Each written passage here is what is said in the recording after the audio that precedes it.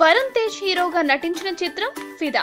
దిల్ రాజు నిర్మిస్తున్న ఈ చిత్రానికి శేఖర్ కమ్ముల దర్శకత్వం వహించాడు. అయితే ఈ సినిమాలో నటించమని ఒకరు కాదు, ఇద్దరు కాదు, ముగ్గురు హీరోలను సంప్రదించారట. కానీ ఆ ముగ్గురు స్టార్ హీరోలు కూడా ఈ సినిమా మేము చేయమని రిజెక్ట్ చేశారట. దాంతో వరుణ్ తేజ్ దగ్గరకు వెళ్ళింది ఈ ప్రాజెక్ట్. కట్ చేస్తే వరుణ్ కి నచ్చడంతో ఓకే చేశాడు. దాంతో ఈ నెల 21న సినిమా రిలీజ్ కి సిద్ధమైంది.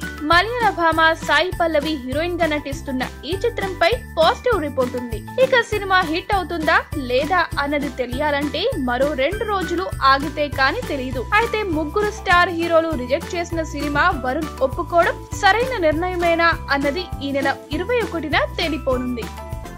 ఈ వీడియో గనుక మీకు నచ్చినట్టయితే లైక్ చేయండి, షేర్ చేయండి, సబ్స్క్రైబ్ చేసుకోండి.